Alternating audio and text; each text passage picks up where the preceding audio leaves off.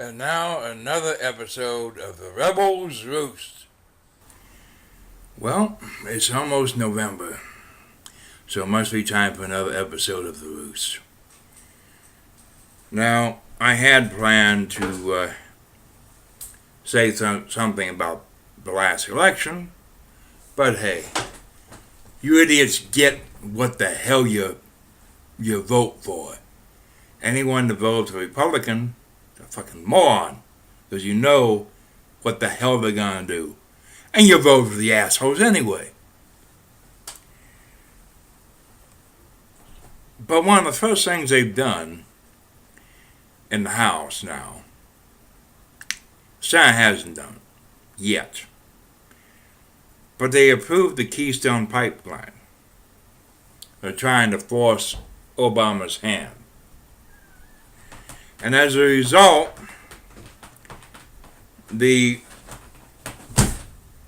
Dakota on the Rosebud Reservation, which is part of the land that this pipeline, this very bad idea, would cut through, had declared that such a vote they consider an act of war against the Lakota Nation. Now, they get it. I don't know why the hell the Republicans don't. This monstrosity would not only cut through Native American land, but it would go over one of the biggest aquifers in this country. And for what? Do we get any of this oil? No. It is shipped to the Gulf, refined, and then shipped overseas. We take all the risks, and the Middle East and Europe and whoever else buys it gets the benefit. We get the pollution. They don't. And believe me, this will be there will be pollution here. Mainly, the one in charge of this has one of the worst records in the industry of pipelines that leak, that bust. But they don't see any problem with that, man. What's a little contamination of the water table or the land to them? They make sure that it ain't near their house. It's just near yours.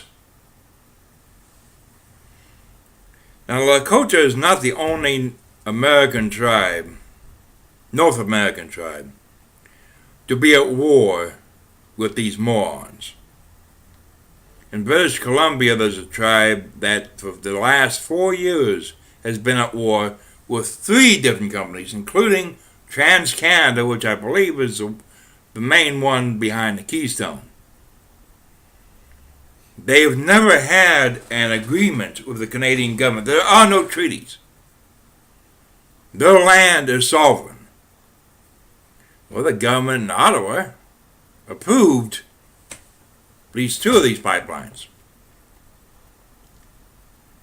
The Native Americans, or the Native Canadians' response: they grabbed their guns, they built obstacles in the way, and they have let be known this ain't going to happen without a fight.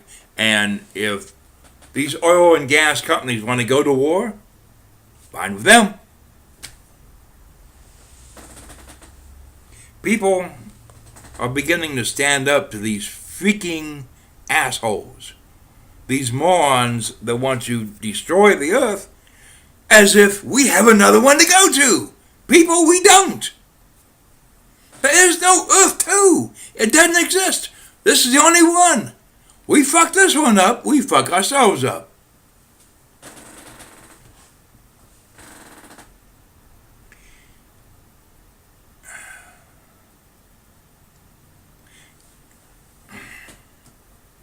Man has always, when he's thrived. He's always lived with nature. These morons want to bulldoze nature.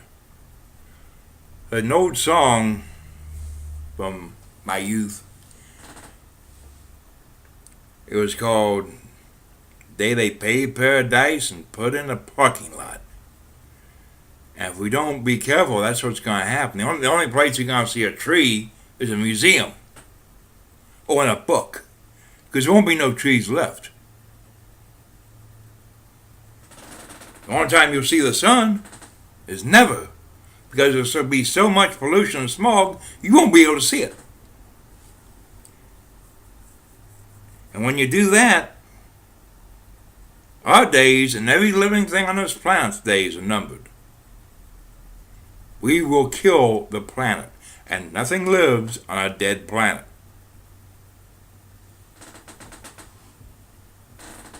So for what it's worth, write your congressman, write your senator, raise hell. Stand up for yourselves. Say no to this pipeline. Because if you don't, you won't have to worry about the road you leave your children or your grandchildren or your great-grandchildren, because there will be none. We will all be extinct. And maybe in some way, maybe that'd be for the best. Let's face it, as keepers of the earth, most of us have done a piss-poor job at it. I mean very piss-poor. So maybe we deserve to go extinct as a species. But we shouldn't be taking all the other species with us. This is the Rebel for the Rebel's Roost. And that's all I have to say on this matter. Keep on being a rebel.